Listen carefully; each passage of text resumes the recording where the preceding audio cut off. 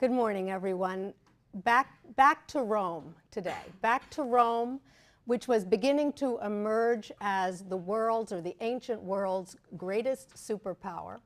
An emergence that we're going to see had a profound impact on Roman architecture. And we'll also see that there were a number of men who affected this superstardom for Rome.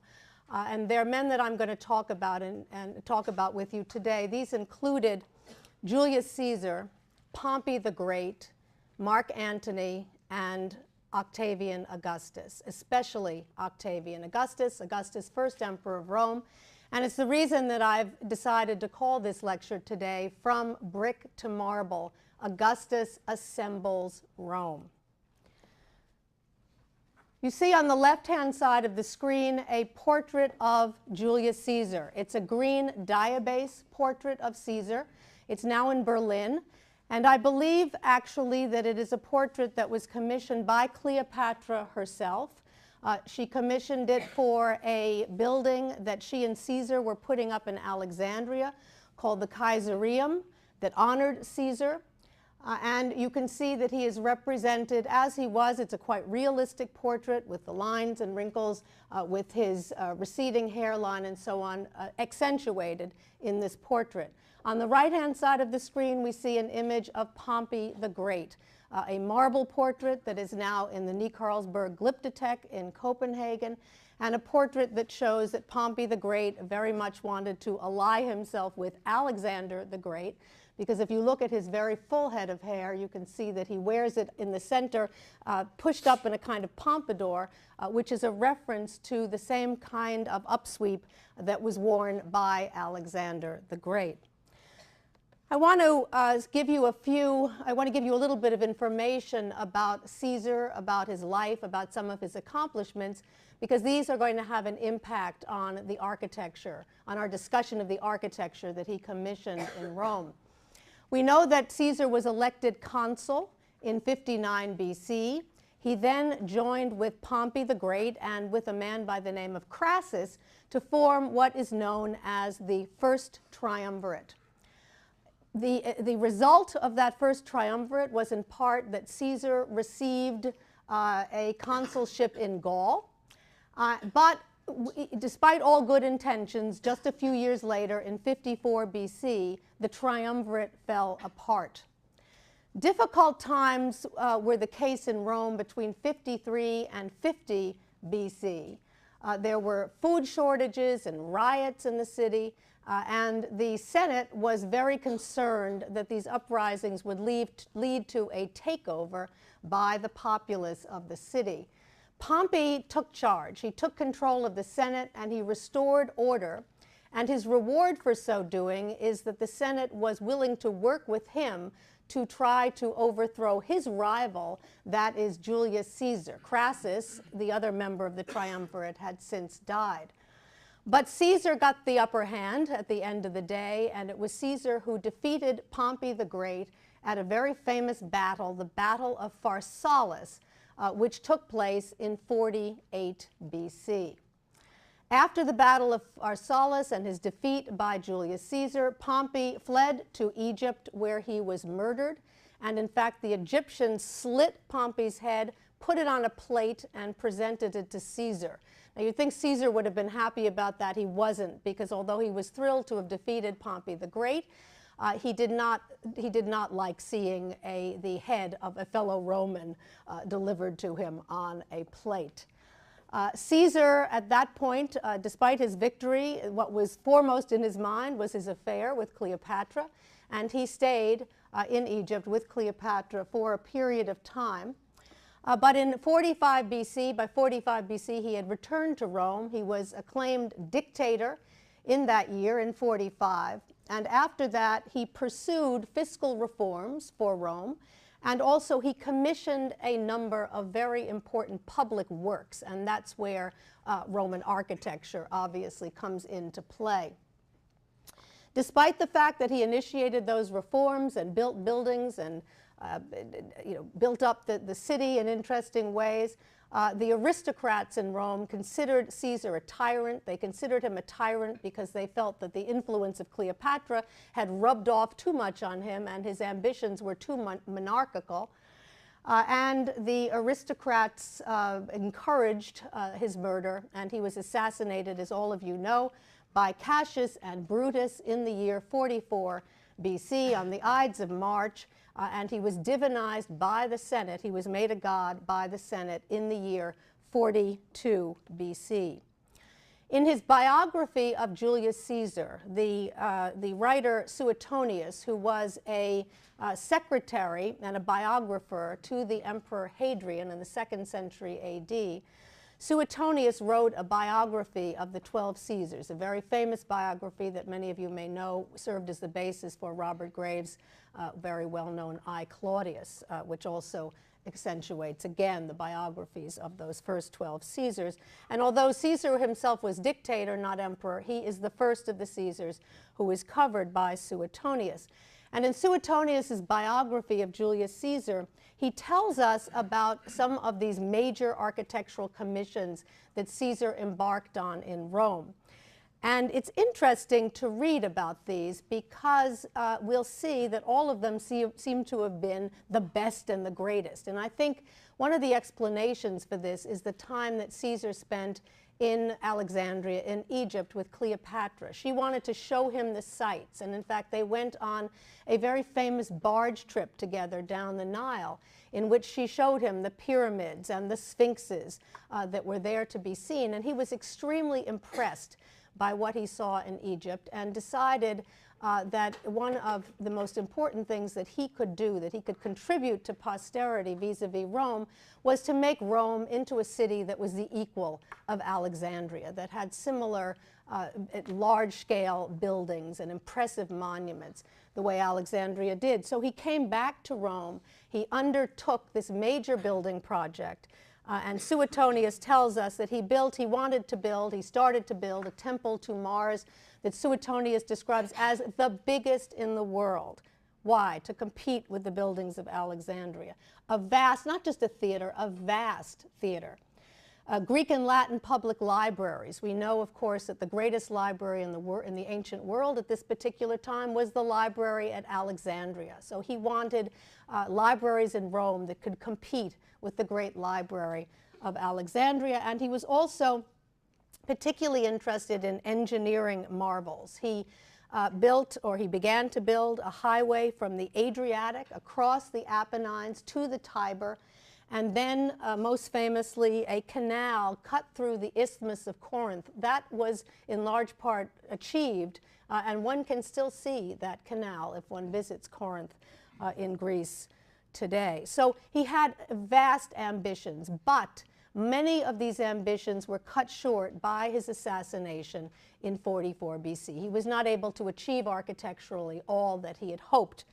One building that he was able to complete, or almost complete, was a forum in Rome, the Forum Iulium, I-U-L-I-U-M, which is after his family name, Iulius. The Forum Iulium, or as we usually call it, the Forum of Julius Caesar in Rome, was a building that he was able to begin in the year 52 BC, and then it was inaugurated in 46 BC, which is a couple of years before his assassination. It wasn't quite finished at the time of its inauguration, and it was left to Caesar's follower, Augustus, first emperor of Rome, to actually complete some of the details of the forum. But for all intents and purposes, it was done by 46. I show you a Google Earth aerial view of the Roman Forum. As you see it here, we've looked at this before. The Roman Forum, the Colosseum, just for you to get your bearings, the Circus Maximus, the Palatine Hill, the Capitoline Hill, the Victor Emmanuel Monument here, Mussolini's Via dei Fori Imperiali here, the so-called Imperial Fora, of which Augustus's Forum, which we're also going to talk about today, is a part. The Forum of Caesar is very close to the Roman Forum. It's located just to the left here and above the wedding cake of Victor Emmanuel. You see it here, and you can barely make out the 3 columns that are still preserved from the temple that was located inside this forum. So you can see it was adjacent to, and in fact connected to, the Roman forum that lay over here. So a forum, and in that forum a temple to Venus, Venus Genetrix, Genetrix, Venus Genetrix, who was the divine ancestress of the Julian family. The Julian family traced its ancestry back to Venus via Aeneas, through Aeneas. So this was the very special patron goddess of not only Caesar himself, but of the Julian family. This is a plan of the Forum of Julius Caesar as it would have looked when the building was inaugurated in 46 BC. And I think you can see here that it has 2 major prototypes, that models that were being looked back at when this was designed beginning in 52. You can see that it is based heavily on earlier Roman Forum, Samnite/Roman Forum design, as we saw it in the city of Pompeii. Think of the Forum of Pompeii. But it also was based in part on a building that we have not looked at and which no longer survives, but we have information about, and that is that Caesareum or Caesareum of Julius Caesar that he and Cleopatra put up in Alexandria. And we know enough about that building to know it too was an open rectangular space with colonnades around it and a temple as part of it. So this whole idea of temple in a rectangular complex, we see it in Alexandria contemporaneously. We see it earlier in Pompeii at the Forum of Pompeii. So a great open rectangular space, open to the sky, with colonnades on either side. You can see on this side there are some additional chambers, and based on what those look like in plan, I am sure you can tell me what they are. Does anyone know? Think back to what we saw in Pompeii that looked similar to this. What are these here? What? Storage, did you say? Or storage? Not exactly storage. Shops, tabernae. Remember the tabernae that we saw fronting the houses in Pompeii? These are a series of shops or tabernae opening off the left colonnade of the forum, and then on one of the short sides, pushed up against the back wall, in fact in this case almost projecting out of the forum to a certain extent, the temple of Venus Genetrix. We can see in plan, and it dominates the space in front of it, just as the Capitolium did at Pompeii. We can see the general plan conforms to early Roman temple architecture as we've described it, with its use of the Etruscan plan and the Greek elevation. We can see that it has well, I'll show you this in a moment, but take my word, it has a high podium, it has a deep porch, it has freestanding columns in that porch.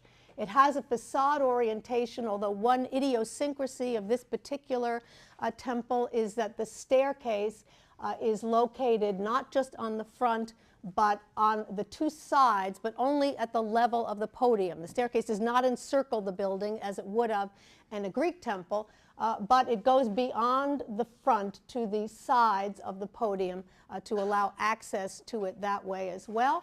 A single entrance, because this is a temple of Venus and not the Capitoline Triad, and then columns, freestanding columns on either side, but a flat back wall, very much in the Etruscan manner. So a temple that is very much in keeping with the other kind of temple architecture that we have seen thus far. What's significant, though, again, is that the choice of goddess to honor here, the fact that it is Venus Genetrix, a personal goddess from the point of view of Julius Caesar, someone who was associated closely with his family, with the genesis of his family, and not with the Roman state as a whole. And that's a very important distinction, the difference between putting up a temple to the Capitoline Triad, a very state-oriented thing to do, to putting up a temple to your own personal goddess. It signals a certain change vis-a-vis the way these individuals thought about themselves, and may again have had something to do with the way Caesar was perceived in Rome and to his eventual demise. In fact, I should also add that Caesar, because of his relationship with Cleopatra, ended up putting up a statue of Cleopatra as the Egyptian goddess Isis in this temple as well, standing right next to Venus Genetrix, which was a pretty arrogant and probably a pretty stupid thing to do in Republican Rome, where Cleopatra was considered a very interesting public figure, because she did come with him to visit Rome at one point, but was also maligned by many among the aristocracy as an enemy of Rome. I'm showing you here a view of the Forum of Caesar as it looks today, and you can see the columns on the left-hand side from the colonnade. Some of those still stand.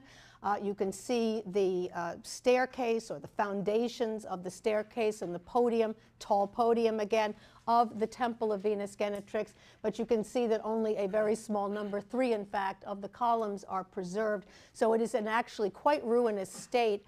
And what you're looking at here is actually not even, for the most part, the Julian building, because we know that this building was seriously damaged in a fire later, and that it was restored by the Emperor Domitian in the late 1st century AD, and then by the Emperor Trajan into the early 2nd century AD. And so what stands today is primarily a later structure, but we do believe it was based very closely on the original Julian building, and in that regard is a very good reflection of what it would have looked like. This coin over here shows the temple as it was in the time of Julius Caesar. We see the altar in the front, the altar because the sacrifice always takes place in front of a Roman temple. The temple itself with its columns that are parted on this coin only to show the statue of Venus Genetrix inside, the cult statue. The colonnades on either side, and then if you look closely at the pediment, you can see that there's sculpture in there, and we have literary descriptions of what that sculpture depicted, and we know it was a scene of Venus rising from the sea. So Venus Genetrix rising from the sea. The closest thing probably to it is something like, for those of you who know it, the Botticelli's Primavera in Florence is probably the sort of the idea here of her emerging from the waters, and in her depiction in this particular pediment above. And we know that there were also scenes of Cupids carrying the arms and armor, probably of Mars. This is me with a former graduate student of mine pointing out he wrote a dissertation on the Forum of Caesar, which was afterwards published as a book. But he's pointing out to me here some of the architectural detail that still survives, that one can see when one wanders through that forum today. And you can see the very deep drill work here, deep drill work that is actually not characteristic of the time of Julius Caesar, but rather of the time of Domitian and Trajan. So probably this decoration belongs to the later renovation of this particular structure. This gives you perhaps the best idea of what the temple would have looked like in the forum. A restored view of the Temple of Venus Genetrix in the Forum of Julius Caesar, with its inscription telling us that Caesar, dictator of Rome, put it up, fake it, as you can see here. You can see the tall podium. You can see the facade orientation, although again there was a staircase on the 3 sides of that podium. You can see the birth of Venus in the pediment above. You can see the columns over here of the side, of the colonnade of the left side of the forum, which would have had statues on bases, the shops behind. And most importantly, what this restored view shows you is the relationship between the Temple of Venus Genetrix in Caesar's Forum and the Capitolium on the top of the Capitoline Hill. Because when you take away the Victor Emmanuel monument, which is there now, and which we saw in the earlier image, you can see that the building that was up on top of the hill at this particular time was, of course, the Capitolium, the Temple of Jupiter OMC. And I mentioned to you at the time we talked about the Temple of Jupiter OMC, although the Campidoglio, as redesigned by Michelangelo, with the senatorial palace in the back, which is where the Temple of Jupiter OMC was, faces modern Rome. the ancient temple faced ancient Rome, faced the Roman Forum. And so you see it facing the Roman Forum in this restored view. So I don't think it was coincidental. The Romans were very careful, as we've learned, about how they sited their buildings, and they like to make references from one building to another. I don't think it is any coincidence that Caesar chose this site for his Temple of Venus, so that anyone who gazed at it would also see out of the corner of their eye the temple of the Capitoline Triad on the Capitoline Hill, and that would only enhance Caesar's stature in the eyes of his contemporaries. You see now portraits of Mark Antony on the right-hand side of the screen, a black basalt portrait of Antony now in England, and a portrait of Rome's first emperor, Octavian Augustus, on the left-hand side of the screen, a fantastic bronze image of him that was part of an equestrian statue found in the North Sea near Greece. With regard to Antony and Octavian, after Caesar's assassination in 44 BC, it was Mark Antony who rose to power. Octavian was only 19 at the time, so your age, and he was the grandnephew of Caesar. So he had a familial relationship, although a fairly distant one, to Caesar, the grandnephew of Caesar. And this 19-year-old upstart tried to overthrow Mark Antony, and he was not successful. In the wise, if you can't beat them, join them way of thinking about life and the world, Octavian joined with Antony, with Mark Antony, and a man by the name of Lepidus to form what we know of as the Second Triumvirate, and that happened in the year 43 BC. Once they had formed the Second Triumvirate together, Octavian and Antony took all of their military forces, and each of them had a considerable amount, and they combined them with the objective of going after Cassius and Brutus. Cassius and Brutus, who you'll remember, had murdered Caesar. And they were successful at so doing. They beat and murdered Cassius and Brutus at the Battle of Philippi in the year 42 BC, a very important battle, the Battle of Philippi in 42 BC. Mark Antony, who not only rose to power after Caesar's assassination, but rose in the life and times of Cleopatra. They had entered into, well, there's some rumors that this happened or began much earlier in time, but at any rate, Mark Antony takes up with Cleopatra, and he joins her in Egypt, and he spends a good deal of his time in the eastern part of the empire with his paramour. Octavian very smartly realized Antony is distracted. This is a perfect time for me to try once again to gain the supreme power that I want. I don't want to be part of a threesome. I want to rule Rome completely myself. And he defeats Antony and Cleopatra at one of the most famous battles of all time, the Battle of Actium, a naval battle which took place off the northwestern coast of Greece in 31 BC. After that very famous battle, Antony and Cleopatra commit suicide, and Octavian becomes the sole emperor of this newly emerging superpower.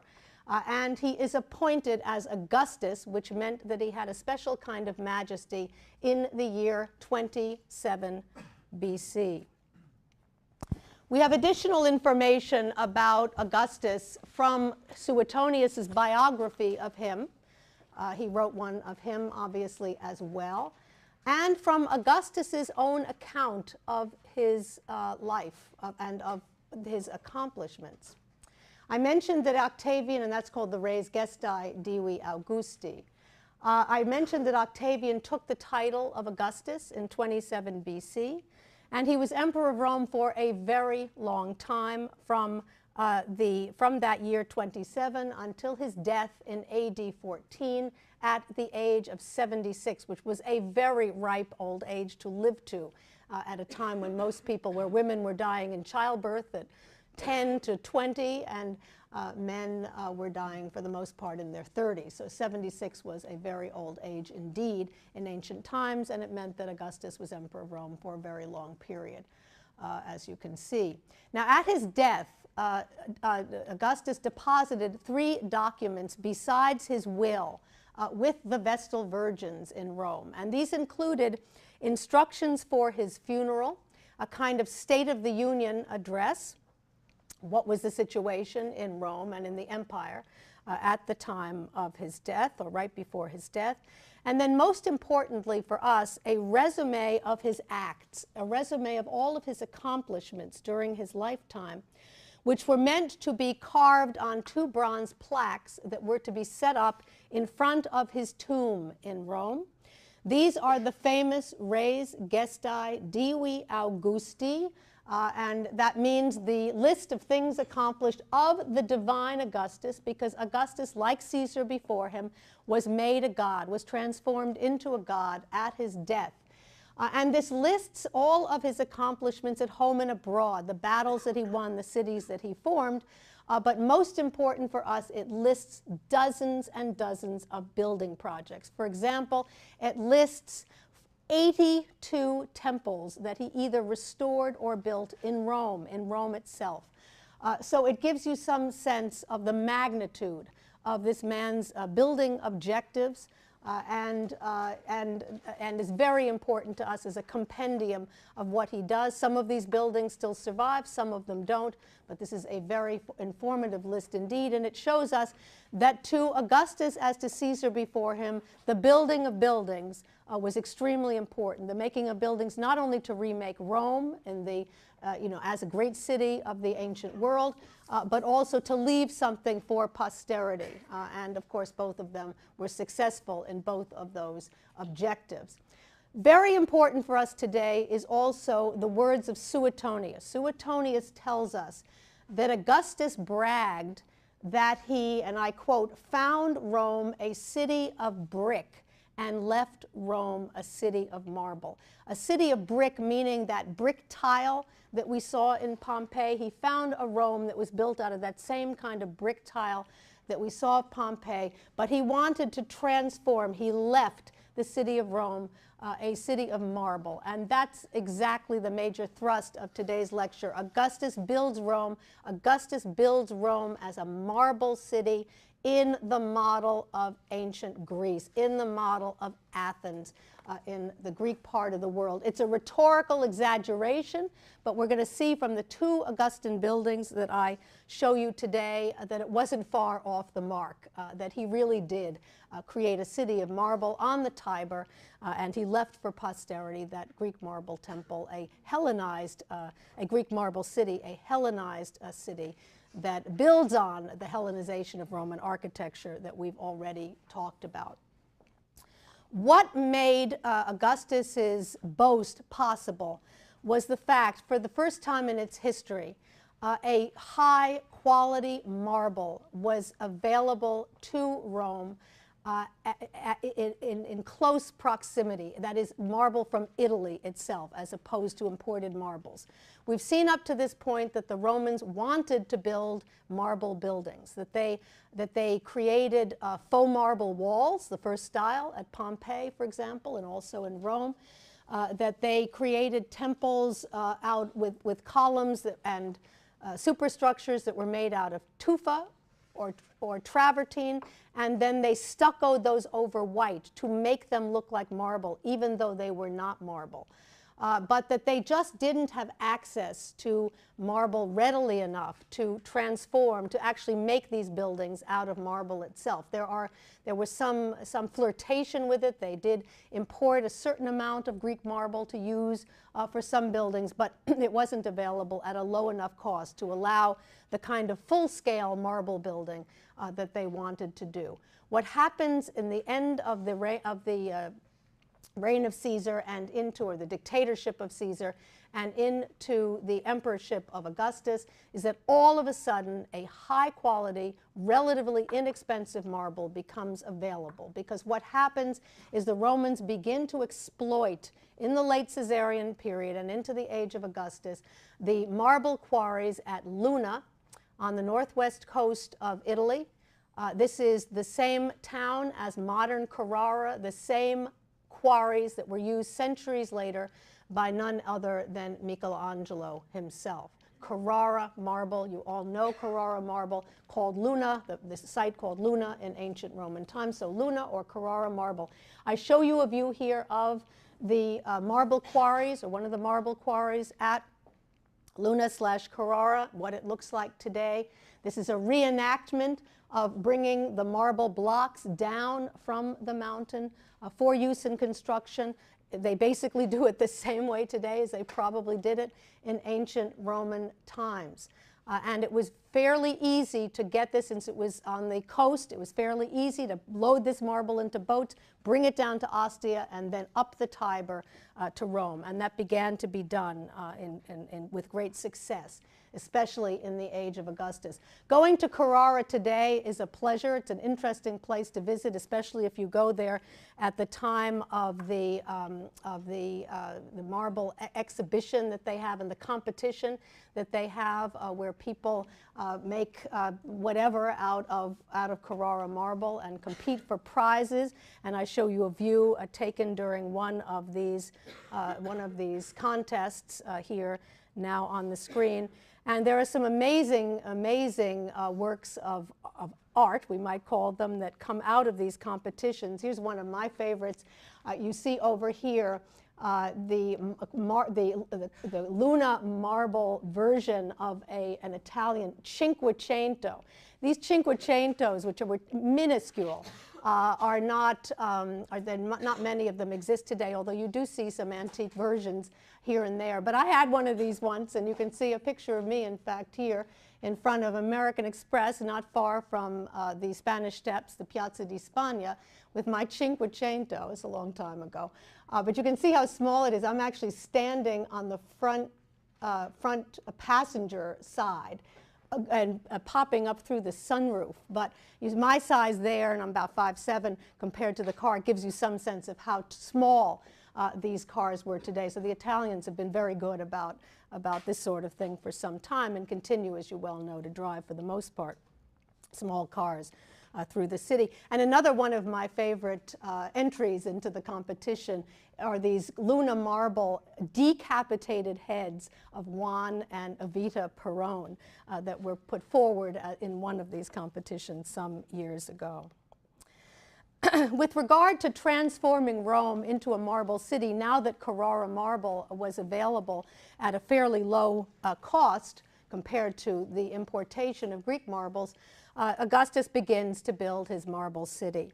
And I'm going to show you two major commissions of Augustus today. The first of these is the Forum of Augustus in Rome, a forum, or the Forum Augustum in Rome, that was very much in Augustus's mind from the beginning of his rise to power. In fact, it's Suetonius who tells us that the reason that Augustus built a forum in Rome was because even though there were already two forums in Rome, that includes the Roman Forum and the Forum of Julius Caesar, even though those two existed and were both being used, that the population, Suetonius tells us, the population was growing by leaps and bounds, as were the need to try judicial cases, and that the spaces in the forums of the Roman Forum and in the Forum of Julius Caesar did not allow for the needs of the populace or for the needs of these judicial cases, and that they needed to build another forum. Well, that's a good story, but the likelihood is it had pretty much nothing to do with that. It may have had something to do with that, but not a lot to do with that, because Augustus had ulterior motives. Augustus, it was at the Battle of Philippi, that battle of 42 BC, when Mark Antony and Octavian joined forces to defeat the assassins of Julius Caesar. It was right before that battle that Augustus vowed that if he won, if he were successful, that he would build a temple to Mars the Avenger, Mars Ultor, U-L-T-O-R, Mars Ultor, Mars the Avenger, in gratitude for helping him avenge the death of Julius Caesar, the murder of Julius Caesar, the assassination of Julius Caesar. And so when he was successful, he said, I will build that temple, and that temple needed an environment. As we've seen, Romans often built temples inside complexes, whether it was sanctuaries or forums, and so he had a good excuse to build a major forum in Rome as a domicile for the temple of Mars Ultor. He didn't get around to it for a while. Again, the Battle of Philippi 42, but he had a lot of other things to contend with, namely Mark Antony and Cleopatra. It wasn't until after the Battle of Actium, when he got rid of the two of them, that he had time to build this temple to Mars Ultor, and we see it beginning to go up in 28 BC, so considerably later than the original battle, 28 BC, and it was dedicated in Rome on a very important date, the date of 2 BC, excuse me, of 2 BC. So begun in 28 BC and dedicated in 2 BC, and that's the date that I've given you on the monument list, the dedication of the Temple of Mars Ultor and the Forum of Augustus in 2 BC. We see its plan here. We will see momentarily that it was built in very close approximation, in fact, right next to the Forum of Julius Caesar. Why? Because, of course, Augustus wanted to associate himself with his divine adoptive father, Caesar, so he puts his own forum right next to Caesar's. We see the Forum of Augustus here. We can see that it follows in the main the plan of the Forum of Julius Caesar. It is a rectangular space open to the sky with colonnades on either side, with a temple in the center pushed up against the back wall and dominating the space in front of it. The only change here is the addition of these hemicycles, one on either side, looking very much like the hemicycles that we looked at from the sanctuary of Fortuna Primigenia at Palestrina, these embracing arms that serve to accentuate architecturally and visually the temple in the center, and that also served as a place. There are niches on either side where they could put statuary and the like seen through the columns, as you can see here. The Temple of Mars Ultor itself, again, very similar to temples, early Roman temples that we've been talking about, using the Etruscan plan. Facade orientation, single staircase, deep porch, freestanding columns in that porch, freestanding columns on either side, but yet, like an Etruscan temple, a flat back wall, as you can see here, some columns inside decorating the cella of the temple, and then a single niche for the cult statue inside. And note here also the base. I'll say something about the statue that stood on that base later. Here's a Google Earth view of this part of Rome showing the connection between, you can see here the Forum of Julius Caesar as it looks today. This is the entrance. We're moving back toward the Capitoline Hill. These are those three columns that I showed you before are still preserved, as well as the columns of the colonnade on the left side that entered into the shops. Here's the modern Via dei Fori Imperiali, built by Mussolini. What Mussolini did was slice the Roman Forum and Julian Forum from the so-called imperial fora to which they were originally attached. And any of you who have been in Rome recently know that this entire area is being excavated. The plan is, the street is still there now, but the plan is eventually, we'll see whether this really happens because it could be a traffic nightmare, but the plan is to take that Mussolini street down eventually and reunite all of these forums in some great archaeological park someday. It would be exciting if that were to happen.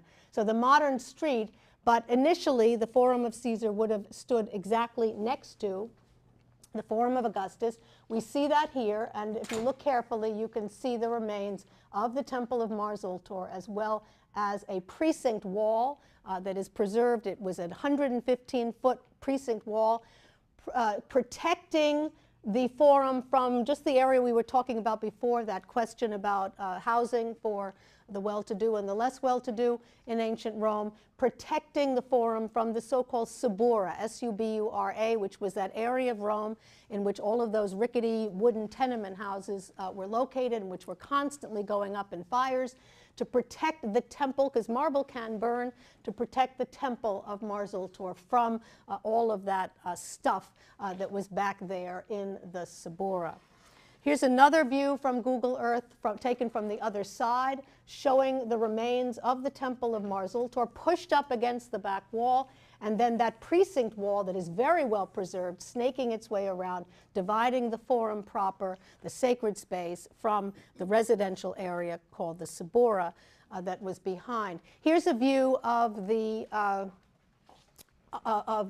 precinct wall as it looks from the outside of the Forum today. There are some additions that were made in later times, medieval-looking windows and the like.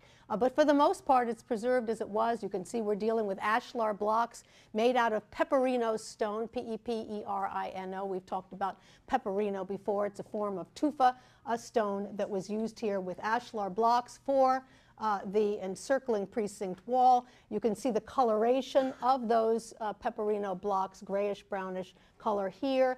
And you can see the difference between that and the temple, the remains of the temple, the columns, the steps of the temple, as well as some other decoration and also some of the walls were made out of Luna or Carrara marble, for this temple. This is a view of the temple of Mars Ultor as it looks today. It's in ruinous state, but enough is preserved for us to get a very good sense of what it originally looked like. You can see that the podium is tall. You can see that it's made out of tufa. You can see that the steps are sheathed in Carrara marble, brought from those quarries that we discussed before. You can see that the columns were also made out of solid Carrara marble. We see that here. We see a wall in Carrara marble, and we see the distinction between that and the peperino walls. You can also see in this very good view one of the hemicycles on the left-hand side, and you can see those niches that I mentioned before that would have held statuary that you could see through the columns. This is a restored view in the Ward Perkins textbook, which shows you what the temple would have looked like in antiquity when it was in its final form, and you can see everything we've described, the tall podium, single staircase, facade orientation. You can see also that there was sculpture in the pediment, and we know something about that. You can see the columns on either side, and you can see in the second story, and you can barely make them out, but take my word, those are, instead of columns, they are figures of women that we're going to say something about. And you can see those again on both sides. So this gives you a sense of what the temple would have looked like in its heyday. The favored capital, column type and capital of the Romans, the Corinthian, is what is used here. You can see a preserved capital and how beautifully rendered they were, very high quality capitals done out of Luna or Carrara marble. We can see the characteristic triple row of acanthus leaves, the spiral volutes growing out of those, the central flower that we see always in the Corinthian order for the columns that were used for the temple and for most of the side columns on the first story as well. But in some cases, those columns were replaced with others that have, instead of the spiral volutes growing out of the acanthus leaves, pegasi, winged horses. And I show you a detail of one of those pegasi here. A capital with an animal that replacing the spirals is called a zoomorphic capital, Z-O-O, zoomorphic, Z-O-O-M-O-R-P-H-I-C, zoomorphic capital. And it's interesting to note that we see similar zoomorphic capitals in Greece a bit earlier than this structure at a gateway that I'm going to show you at a place called Eleusis. We'll return to this when we discuss Roman Greece later in this semester.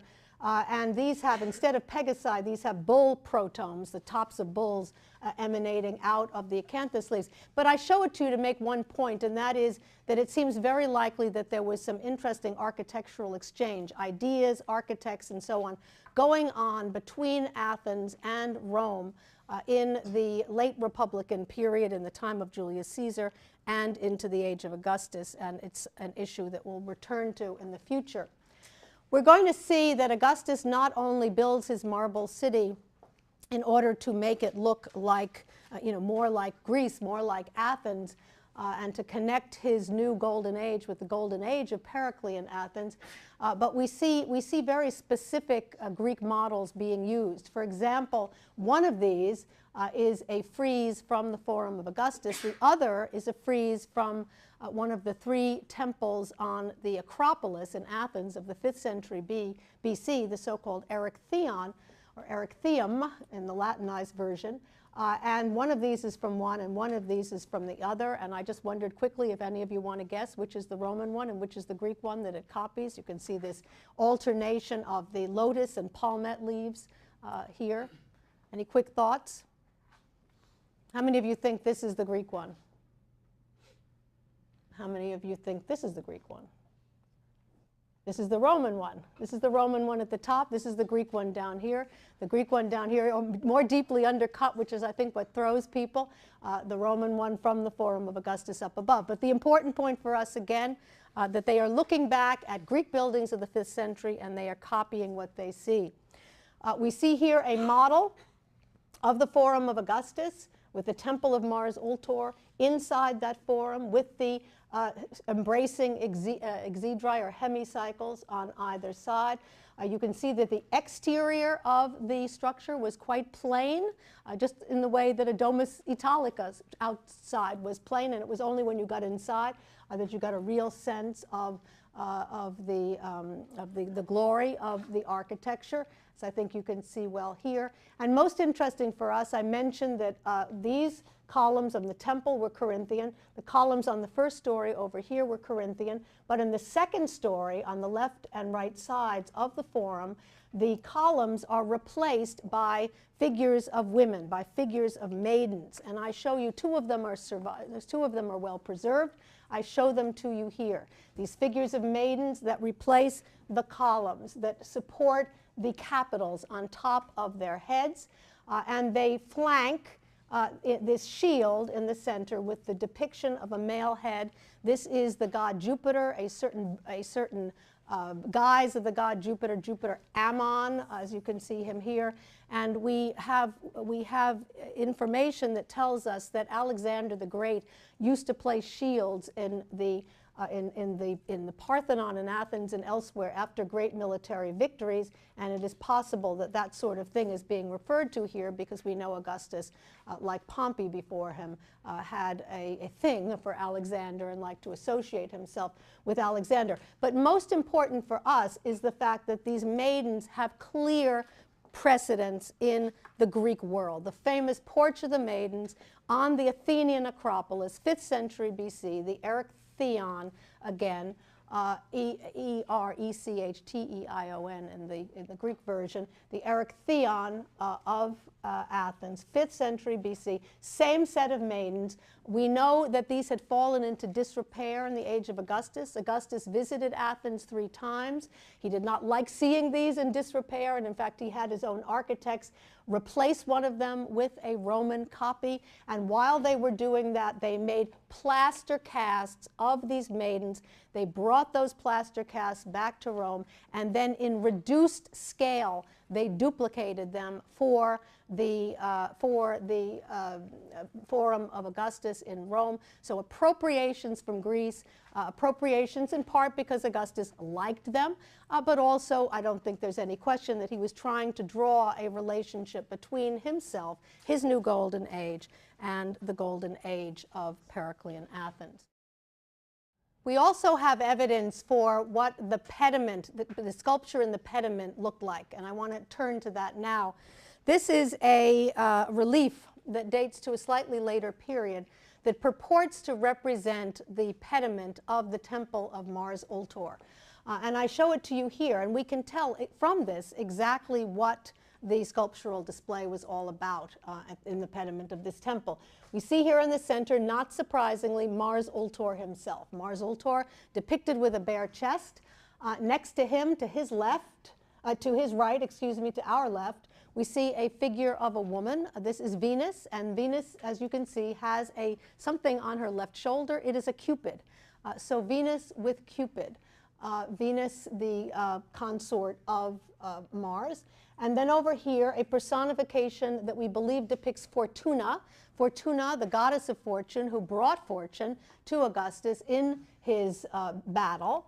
And then over here, a seated figure of Roma with her arms in armor. Keep this figure in your mind, because I'm going to show you another seated Roma very soon. And then over here, a reclining figure of the Tiber River, the river on which Rome was built.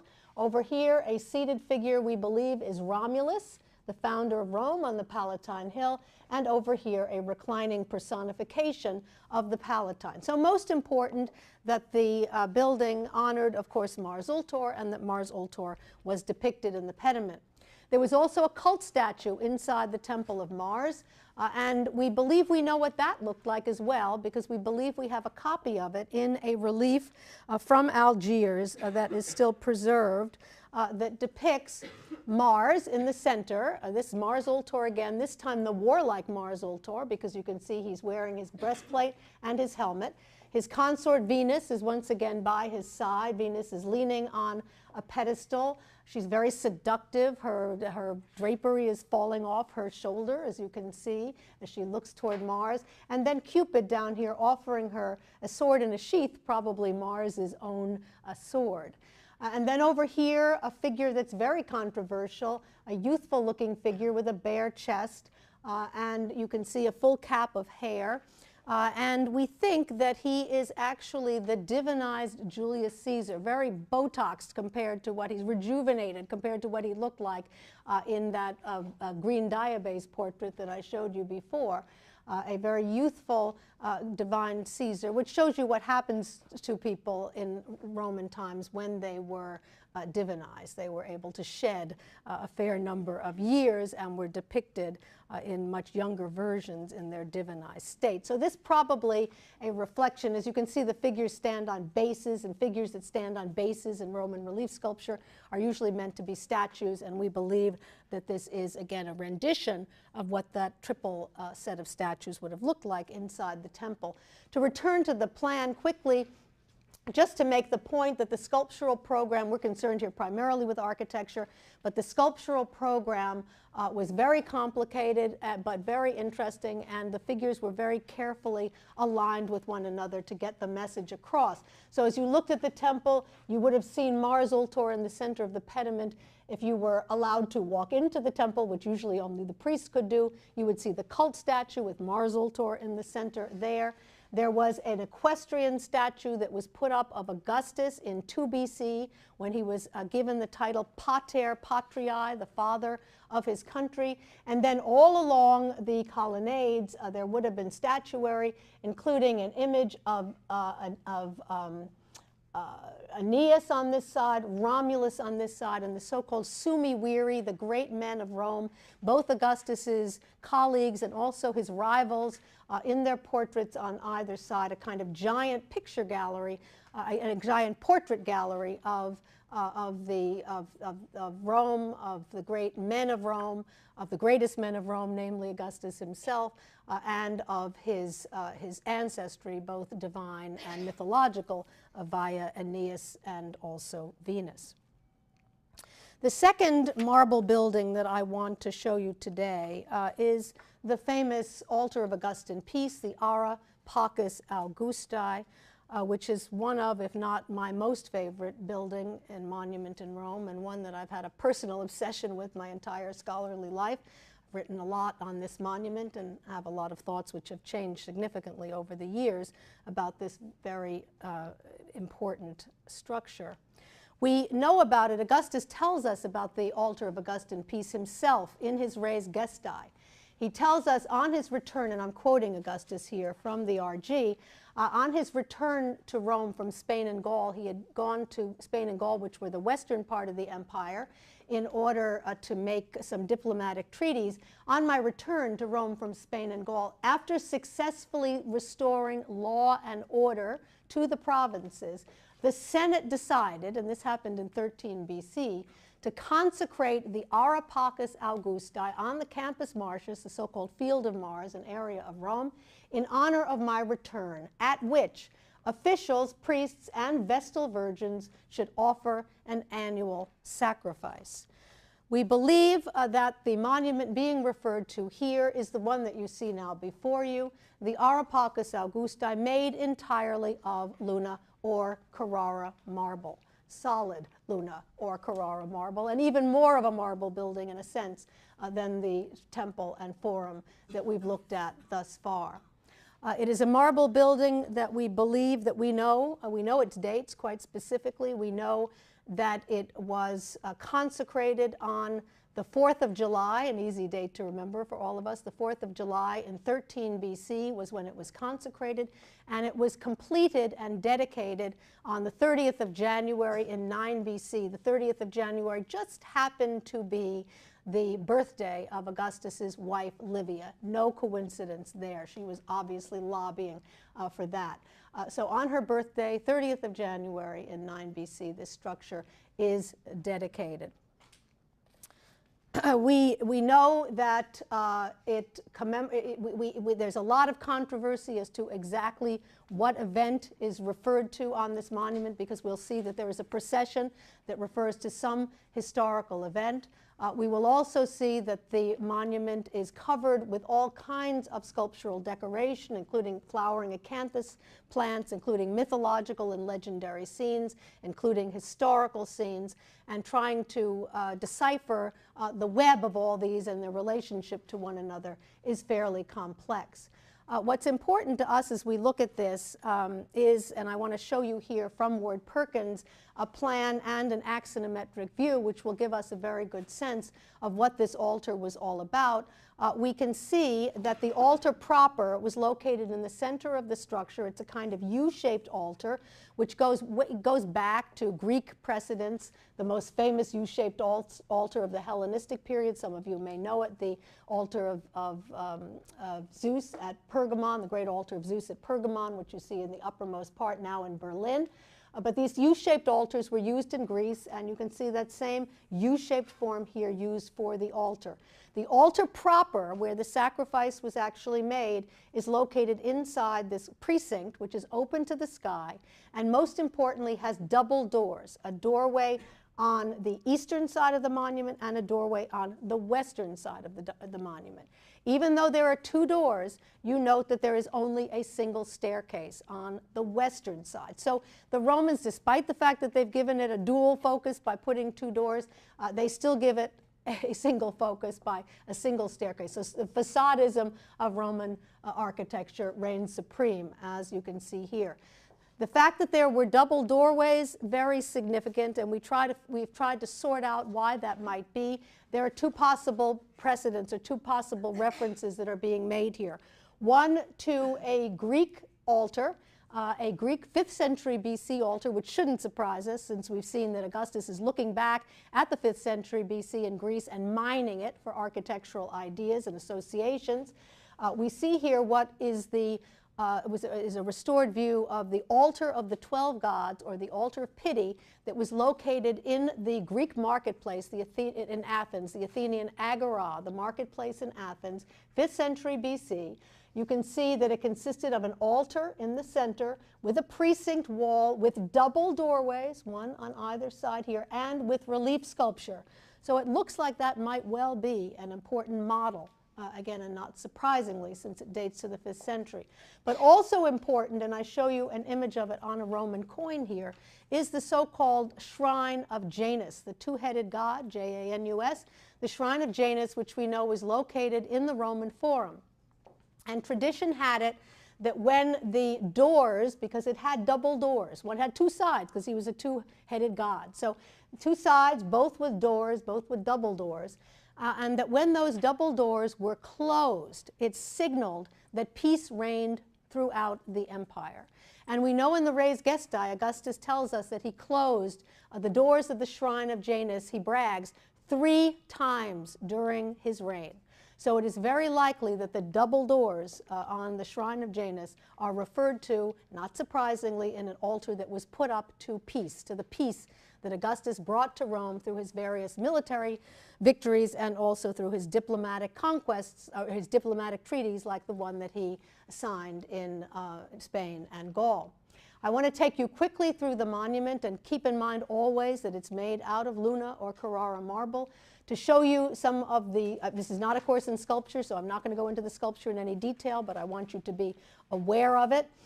Because some of the motifs are important in our understanding also of architecture. We see here two views of the altar. You see these winged lion griffins that are very popular motifs in the Augustan period, as well as the spiraling acanthus plant that was also popular in Augustan times. A figural frieze that represents the Vestal Virgins that were referred to as those who are to which offerings are the sacrifice is taking place in part in honor of them.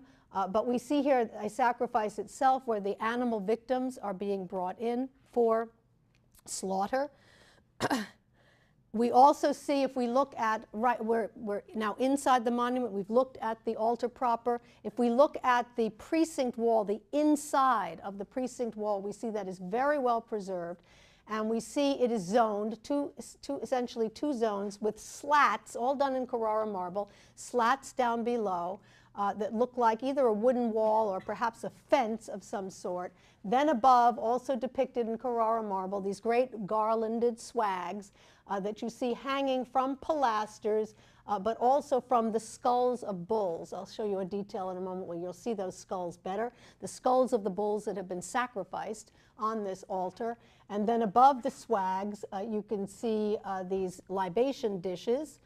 And what has been speculated, and I think it's ingenious on the part of the scholars who first came up with this, that what they think is being represented here is actually a copy or a rendition of the wooden, the temporary wooden altar that would have stood on this site. Because remember, they're consecrating it already in 13 BC, but the structure itself isn't built until 9, and they have to keep offering this annual sacrifice, so they have to offer it somewhere.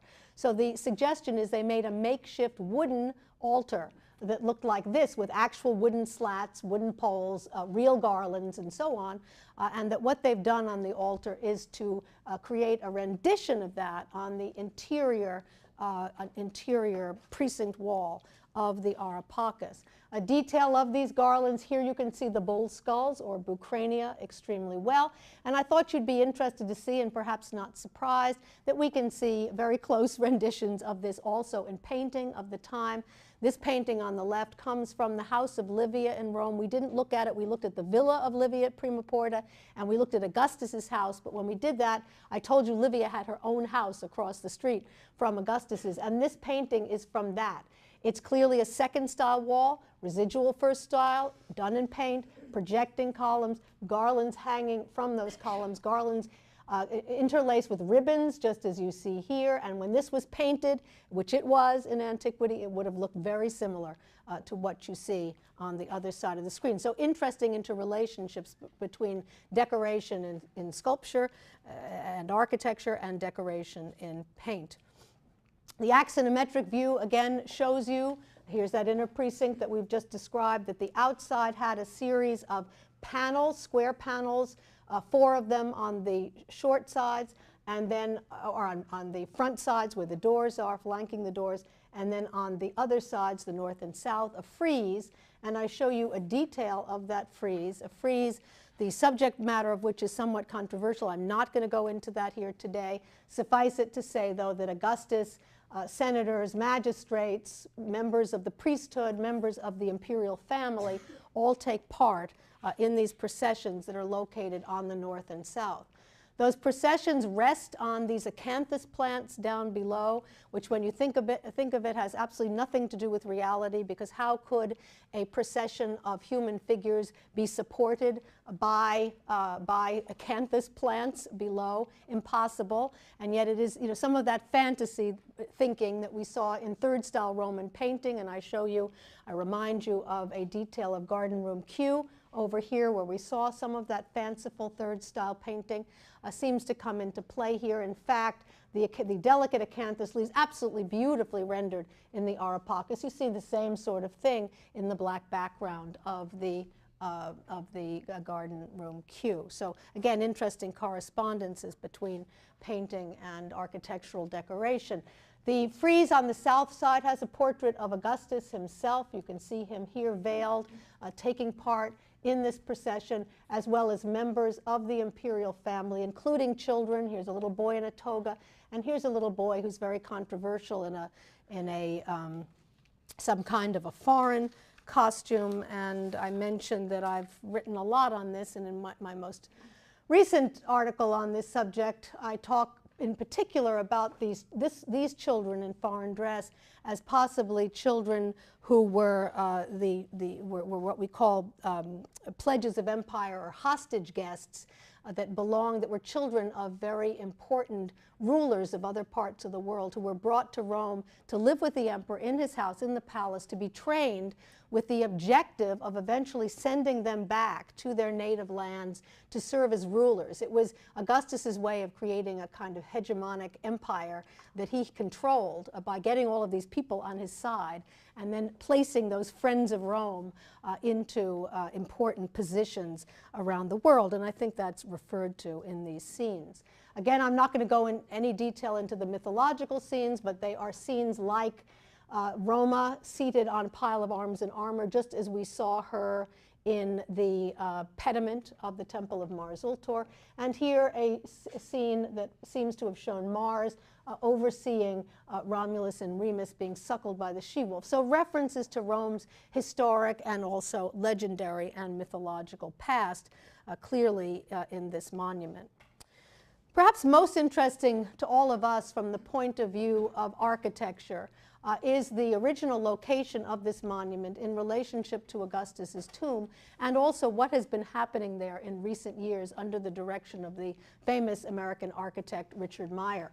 I show you a view from Google Earth, an aerial view, showing the mausoleum of Augustus, this large round tomb that we will look at on Thursday, showing a piazza around it, and showing from the air the Richard Meyer Museum that has been built to enclose the Areopagus. This was not right near the Tiber River. This was not the original location of the Areopagus, which was up over here. It ended up beneath a palace in the Renaissance period, and at that time some pieces of it were taken apart and made their way to museums in Rome, but also to museums as far away as Paris. And it is actually to Mussolini that we can be grateful for bringing all of those pieces back together and reconstructing the Areopagus. Couldn't reconstruct it because that palace is still there now, but reconstructing it right on the Tiber River next to the mausoleum of Augustus, and then having this whole piazza redesigned as the piazza honoring Augustus, the Piazza Augusto Imperatore, honoring Augustus, but also honoring Mussolini, because there's a major inscription to Mussolini, as well as buildings very much in the so-called fascist style. We see the Meyer building again here, and I show you the travertine, because Meyer was careful to use at least some travertine in this structure. The travertine base, although this was not his, this actually belongs to an original precinct that was located before, that was done by Mussolini's architect, with the entire text of the Res Gestae. Fortunately, Meyer kept that and kept that wall as part of his own building. Here you see one of the fascist structures in the area built by Mussolini, and then the famous Alfredo Ristorante. I'm not actually recommending it, but it's well known. There are better restaurants to eat in Rome, but because it has a certain historical cachet, at any rate, I just mentioned to you that it's there. This is the interesting inscription that makes reference to Mussolini, and note the flying victory figure, which we'll see decorates often Roman arches, carrying this bundle of twigs and rods that the Romans, the Roman bodyguards of the emperor used to carry, the so-called fasces. If you ever wondered where the word fascism comes from, it comes from the Roman fasces. Mussolini's name, you can see part of it here, M-U-S-S-O-L, part of it scratched out after his death and discredit in the 30s, and then ultimately What's been interesting to me as I've watched this inscription and photographed it year after year, whenever I'm there, I've noticed recently that he's having something of a revival, because they are, and he is. Mussolini is having something of a revival in Italy, and there's a good deal of interest in him, and they have filled his name. Part of when they redid the museum, they also refilled in his name, as you can see here. I just wanted to make a point about the siting of the Areopagus and its relationship to the mausoleum of Augustus. Remember, it's no longer, its original location, now it's over here, right next to the mausoleum in the Tiber. That was not its original location. It was located over here along the ancient Via Flaminia, the street that Augustus took when he returned from Spain and Gaul. It was put up right here. And it had in front of it an obelisk that was brought from Egypt. And that obelisk was part of a sundial that was orchestrated carefully enough so that the shadow from the sundial would fall exactly on the center of the Areopagus on Augustus's birthday. That's how carefully orchestrated it was.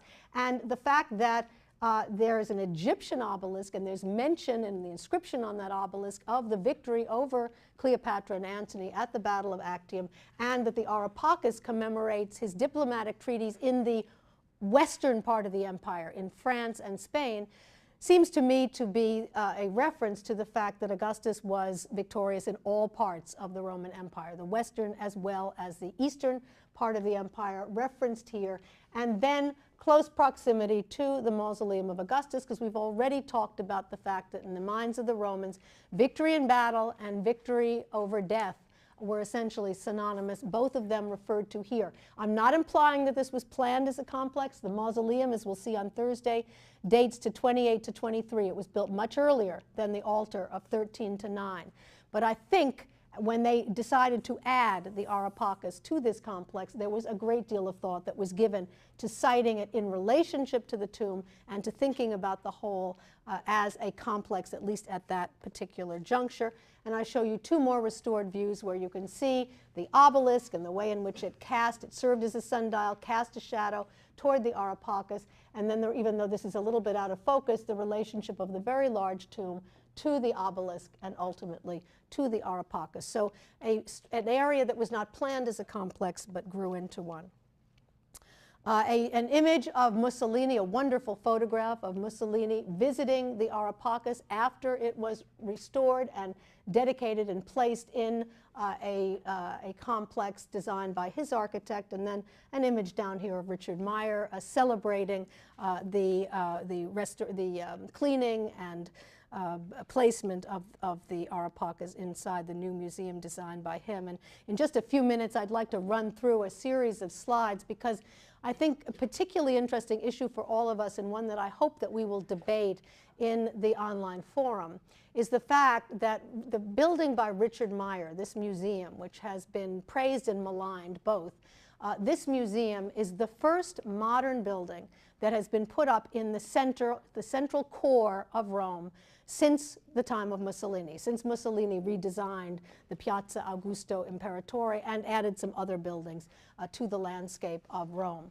There are buildings by major architects, including Meyer himself. Meyer built a Jubilee church a number of years ago, and Renzo Piano and other architects have been working in Rome, but their buildings are located on the outskirts, in the sort of suburbs of the city, and not in the city itself. This is the only new building that has been added to the city. And you can see from this particular view why some people think of it as a kind of white elephant that really doesn't fit the tenor of the city.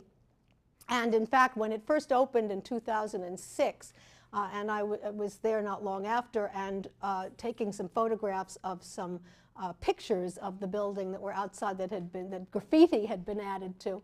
And they call it the Meyer Criminale.